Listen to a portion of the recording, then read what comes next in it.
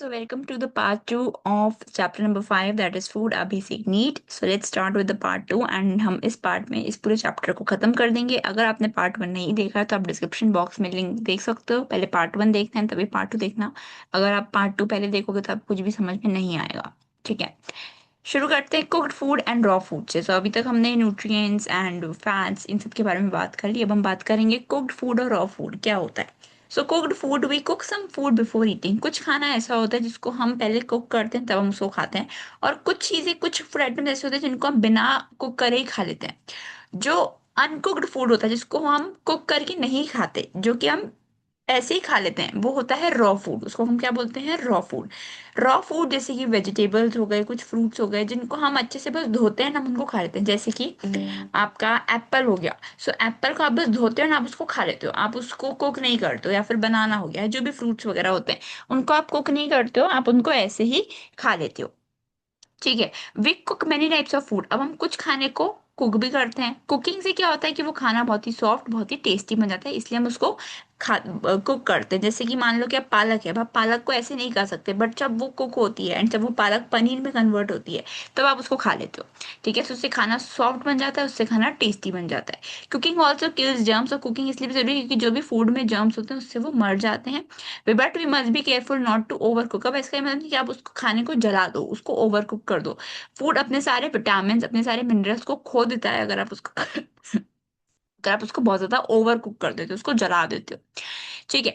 वो we have different food requirements. अब हम हर किसी को अलग अलग तरह के फूड की रिक्वायरमेंट होती है। हर हर इंसान को उसके स्टेज के हिसाब से, छोटा बच्चा है उसको अलग फूड की रिक्वायरमेंट होंगी, जो बड़ा कोई एडल्ट है उसको अलग फूड की रिक्वायरमेंट्स होंगी। All of us do not need the same kind of food. अब हम हर किसी को सेम तरीके के फूड को, सेम तरीके का खाना नहीं लेते हैं। ठीक है, हर किसी को अलग अलग तरीके का खाना चाहिए होता है, डिपेंडिंग ऑन देयर एज। उनकी एज के हिसाब से। अब आपके मम्मी पापा कुछ और टाइप का, कुछ और कुछ ज्यादा क्वांटिटी में खाते होंगे, और आप शायद कम खाते होगे, आप कुछ अलग टाइप का खाते होगे।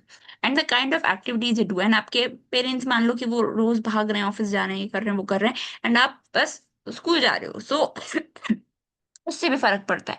Children need to eat more proteins. अब जो बच्चे होते हैं, यानी कि जो हम लोग हैं या जो आप लोग हो, वो लोग क्या करते हैं? ज्यादा प्रोटीन्स लेते हैं। ठीक है, क्यों? क्योंकि उनकी बॉडी ग्रोइंग एज में होती है। हमने जैसे पढ़ा कि proteins are very much important. तो प्रोटीन से क्या होता है, आपकी बॉडी जब ग्रो होती है उस टाइम प्रोटीन की जरूरत पड़ती है। हम लोग वो खाना भी खाते हैं जो कार्बोहाइड्रेट्स में ज्यादा होता है, इसलिए बोलते हैं रोटी खानी चाहिए। रोटी में कार्बोहाइड्रेट्स होता है, क्योंकि वो उससे क्या होता है, बिकॉज दे आर एक्टिव, और वो उनको ज्यादा एनर्जी की जरूरत पड़ती है। यानी कि बच्चों को ज्यादा एक्टिव होते हैं, ज्यादा एनर्जी की जरूरत पड़ती है, इसलिए हम देखते हैं कि हम ज्यादा रोटी खाते हैं या प्रोटीन यानी कि दाल वगैरह खाते हैं। ठीक है।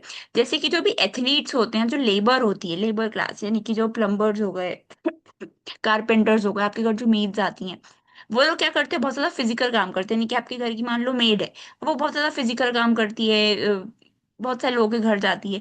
वो ज्यादा खाना खाते हैं। ज्यादा क्या खाते हैं? कार्बोहाइड्रेट। आप कभी सुनना उनके मुंह से, वो बोलेंगे कि हम एक बार में 5-6 रोटी खाते हैं। शायद आप इतनी रोटी नहीं खाते हो, है ना? तो वो ज्यादा कार्बोहाइड्रेट खाते हैं, ज्यादा रोटी खाते हैं, क्योंकि उनको ज्यादा एनर्जी चाहिए होती है।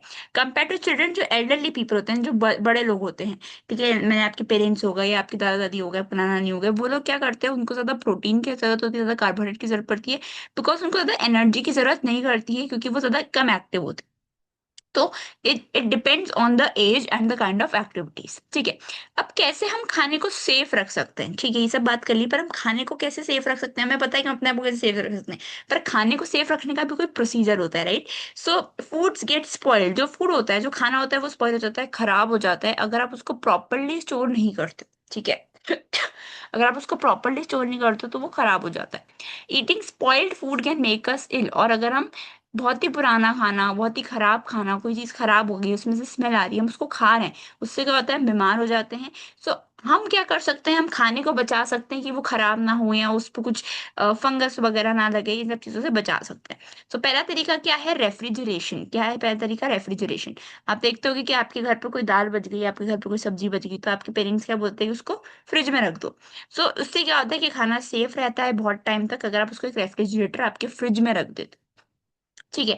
फ्रीजिंग, जैसे कि मीट वगैरह होता है, फिश होता है, जो भी मेनली नॉन वेजिटेरियन चीजें होती हैं, या जो वेजिटेबल्स भी होती हैं, जब वो आती हैं तो आप उनको धो के फ्रिज में रख देते हो, है ना, जिससे कि वो ज्यादा टाइम तक रहें, और उनके अंदर क्या रहता है कि वो खराब नहीं होते। Drawing, certain fruits can be dried. अब कुछ ऐसी चीजें होती है जिनको आप ड्राई कर सकते हो, जैसे कि फ्रूट है, मान लो बनाना आया, बनाना को आपने क्या किया, बस उसको पानी से धो लिया, ठीक है, एंड मतलब उसको पानी से धो लिया और उसको ड्राई करके रख दिया, जिससे कि क्या होगा कि वो खराब नहीं होगा, पर वो अच्छा पड़ा रहेगा। Sorry as my throat is not that much well, but still हम पढ़ाई को नहीं रोक सकते, हमें पढ़ाई तो करनी है ना। Canine, some foods are packed in cans. कुछ फूड्स आप देखते होगे कि वो कैंस में होते हैं, जैसे कि डाइट कोक वगैरह आप देखते होगे, या कुछ ऐसे खाने की चीजें भी होती हैं जो कि कैंस में पैक होती है, सील्ड होती हैं, जो कंडेंस मिल्क वगैरह ये सब चीजें जो होती है, ये सब कैंस में होती है ना। तो जिससे कि ये खराब नहीं होती है, जिससे कि वो चीज सालों तक भी पड़ी रह सकती है। देखो जैसे कि इसमें ग्रीन बीन्स कैन में रखे हैं, ये ड्राइड ग्रेप्स, ये खाना जो रेफ्रिजरेटर में है, ठीक है। सो या दिस इज हाउ हमारा पूरा चैप्टर कंप्लीट हो गया है। अब एक बार कीवर्ड्स भी चेक कर लो। पहला कीवर्ड है न्यूट्रिएंट्स। न्यूट्रिएंट्स क्या होते हैं, कुछ ऐसे सब्सटेंसेस जो कि फूड के अंदर प्रेजेंट होते हैं, जिससे कि हमारी बॉडी स्ट्रांग, हेल्दी और आराम से इजीली अपने काम कर पाती है। कार्बोहाइड्रेट न्यूट्रिएंट जो कि हमें एनर्जी देते हैं, जिससे सबसे ज्यादा कार्बोहाइड्रेट आपको रोटी में, पटाटो में, इन सब चीजों में देखने को मिलता है। फैट, जिनसे कि आपको इनसे आपको बहुत ज्यादा एनर्जी मिलती है। प्रोटीन्स, जिससे कि आपकी बॉडी की ग्रोथ और आपकी बॉडी बिल्ड करने के लिए प्रोटीन्स की जरूरत बहुत पड़ती है। विटामिन एंड मिनरल्स, न्यूट्रिएंट, जिनसे कि डिजीजेस की प्रोटेक्शन रहती है, जैसे कि अगर आपको कोई भी बीमारी हो रही है, मतलब आपके अंदर कोई विटामिन की कमी है, आपके अंदर कोई मिनरल की कमी है, ठीक है। रफेज क्या होता है, डाइटरी फाइबर्स, जो भी आपके फूड आइटम में होते हैं, जैसे कि रोटी में भी होता है, इवन पानी में होता है, ठीक है, जिससे कि क्या होता है, जो कि आपके फूड आइटम होते हैं, इसमें आपको बताया था फ्रूट्स का।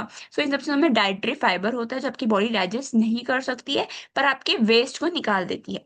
Balance diet, a diet it contain sufficient amount of all nutrient. Balance diet एक ऐसी डाइट जिसके अंदर सारे न्यूट्रिएंट्स एक सफिशिएंट अमाउंट में से होते हैं, एंड साथ में पानी एंड डाइटरी फाइबर भी उसके अंदर होता है, ठीक है। So with this we have completed this chapter, chapter number 5। Chapter number 6 की भी लिंक आपको नीचे मिल जाएगी, तो आप जाके चेक कर सकते हो। बाकी चैप्टर्स अगर आपको चैप्टर मिस कर चुके हो तो भी आप नीचे डिस्क्रिप्शन बॉक्स में चेक कर सकते हो, आपको सारे चैप्टर्स की लिंक एक डिस्क्रिप्शन बॉक्स में नीचे मिल जाएगी, ठीक है। सो मिलती हूँ आपसे चैप्टर 6 में। Till that time I hope आप चैप्टर 5 तक सब कंप्लीट करके बैठो।